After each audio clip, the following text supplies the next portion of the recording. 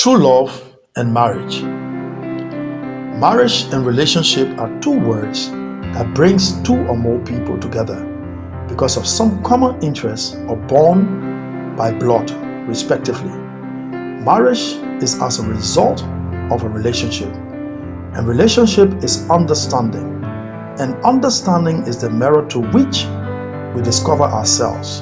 To be, we all must be related. Marriage is a state of being husband and wife, a social contract between two persons by law, which is symbolized by rings shared by both persons. But marriage is more than just a contract.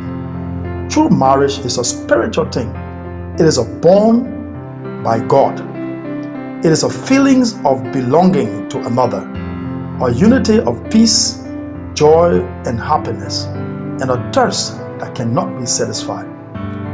As have been mentioned, marriage is as a result of a relationship, and most of the problem we find in adulthood is most traceable to childhood. Future problems originate from the start of things.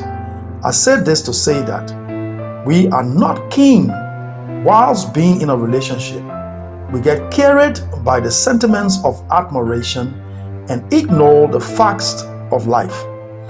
For it is said that love is blind, but that's not true. It is not blind. Rather, it ignores the truth.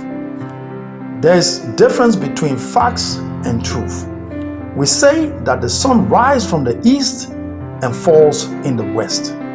This is a fact that we see with our eyes. But folks, this is not true. The sun does not rise, neither does it fall. It is because of the rotation of the earth that the sun, which is static, looks like it's coming up and going down. Mary is a beautiful girl, therefore she will make a good wife, and vice versa. Folks, that is fallacy. Beauty does not constitute character, abilities, nor the nature of a person. For real beauty is skin deep. It goes beyond the physical attribution of how the person looks. But don't get me wrong, this love relationship that leads to marriage starts with physical attraction and admiration for one another. But after the honeymoon is done, there is something that we do not consider, yet we look up to each other for it and anticipate it to happen automatically in our relationships. And that is expectation.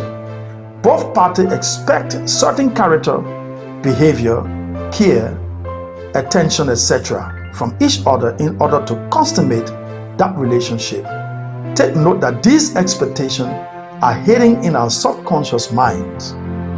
Love at first sight is admiration, and then comes expectation. If these expectations are 50% and above, the likelihood of that relationship to continue is guaranteed.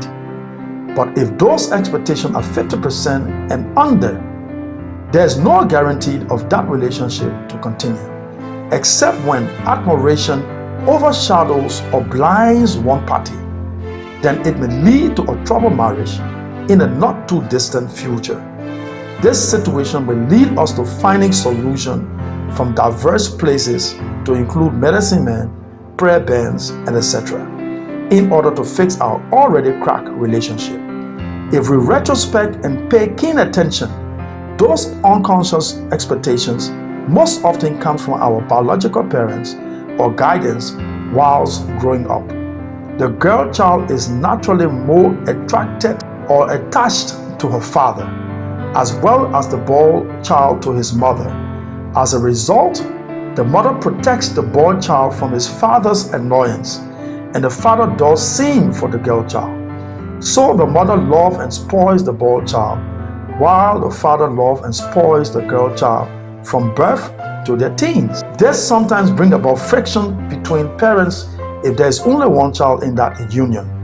Notwithstanding, parents are the first and foremost teachers, and children believe in their parents.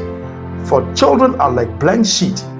Anything that is put in it remains on it.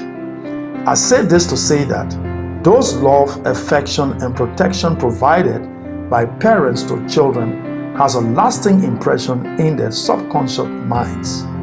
When the child grows to adulthood and finds a partner, it is those unconscious expectations provided by the parents that they look for in their partners.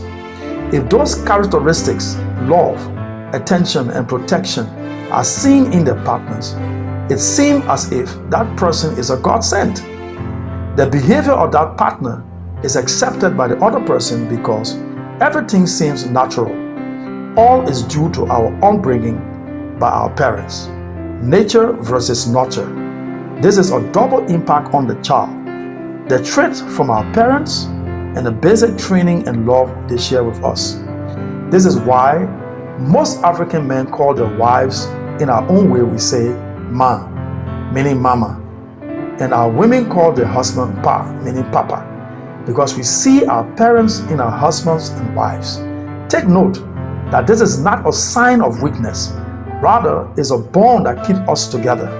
Therefore, our parents are our first husbands and wives.